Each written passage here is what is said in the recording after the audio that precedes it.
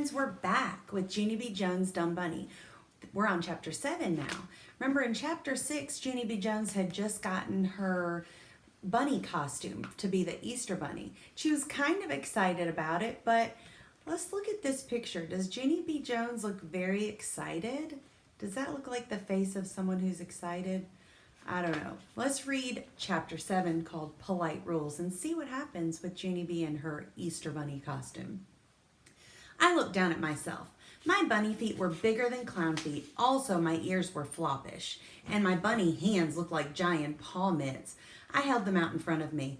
I could take a pie out of the oven with these things, I said. Lucille skipped around me and clapped. Yay, yay, yay, we have a bunny, we have a bunny, she sang real happy. After that, she grabbed my bunny paw and she started skipping me to the flower garden. Only too bad for me, because skipping with giant bunny feet does not actually work that good. And so, kerplop, I fell right over in the grass. Some of the children started to laugh. Lucille shooed them away. Then she quick hurried to pick me up. Only her dress started to get wrinkly, and so she dropped me in the grass again. And she smoothed her skirt very neat, plus also she fluffed her hair and she shined her shoes.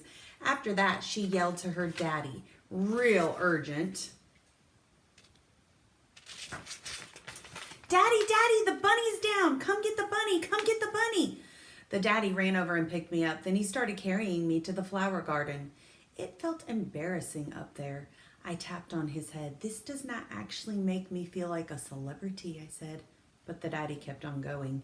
I tapped him on the head again. No one actually carries Santa, I said. Just then we got to the flower garden and the daddy put me down and he showed me the photographer. His name was Bud. Bud sat me in the bunny seat and he arranged my floppy ears. After that, he went to his camera and he took my picture. Beautiful, he said, gorgeous. I smiled. I liked this, Bud. Pretty soon the children lined up to get their pictures with me, and guess what? My bestest friend named Herbert was the very first one in line. He zoomed to my seat real happy. I think you look nice in that bunny costume, he said. You don't even look stupid, hardly. I smiled again. Thank you, Herbert. You don't look stupid too, I said back. After that, both of us said cheese, and Bud took our picture. Lenny came next. Then after Lenny came Jose, and after Jose came Shirley, and after Shirley came all of the other children in room 1, except for not May. Instead, May sat in the grass all by herself because she was not a celebrity, of course. I said cheese a million times. Bud kept on saying beautiful and gorgeous to me. I felt very puffery inside. I'm an excellent celebrity, I told him. I'm making these children's day. Bud laughed. I do not know why. Finally, all the pictures got taken. Bud shook my paw mitt goodbye. I will miss him. After that, Herb and I walked back to the picnic grounds, and wait till you hear this. Lucille's mother was passing out baskets for the egg hunt. I started to run to get my basket, only what do you know? Kerplop. I tripped and fell in the grass again. The children laughed some more. I pretended that I didn't care. It's fun to fall, I said real stupid. Even Herb rolled his eyes at that one.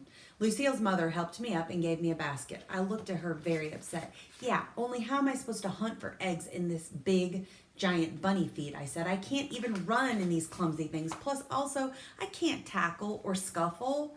The mother looked shocked at me. Tackle, she said. Scuffle?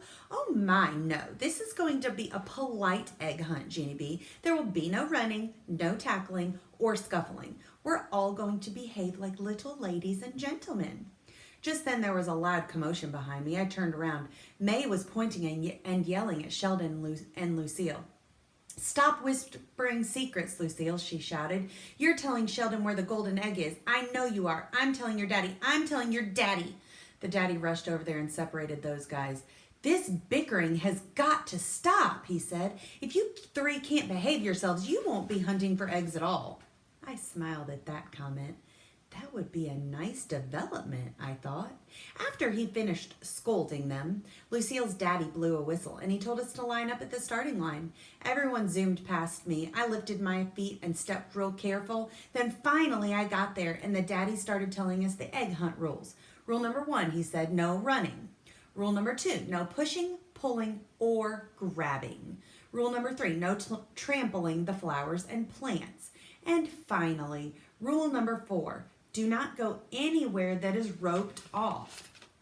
He looked up and down the line at us. Does everyone understand the rules? He asked. I thought for a minute, then I raised my hand. Also, there is no tackling or scuffling, correct? I said, because I have already been informed about that situation.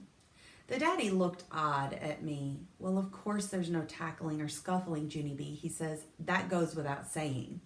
I thought some more, then I pointed at my giant bunny feet. Plus, there should be no tripping the bunny, right? I asked, because the bunny is wearing unfair feet. The daddy frowned. There's no tripping anyone, Junie B, he said. I nodded. Yes, but there's especially no tripping the bunny, correct? I asked again. The daddy sucked in his cheeks. Okay, fine. There's especially no tripping the bunny, he said. Now, may I continue? I smiled. The daddy continued. The hunt will begin when I count to 3, he said. You will have 30 minutes to hunt for the eggs. When I blow my whistle, you will all stop hunting immediately, and you will bring your baskets back to the table. Roger raised his hand. What's the prize for finding the most eggs? He asked. Lucille's mother smiled. Then she held up a big wad of flowers. The person who has the most eggs will receive this beautiful bouquet for his or her mother, she said. They're irises from our flower garden. I picked them myself. Aren't they lovely? Roger looked at the irises. I think my mother would rather have a set of Power Rangers, he said.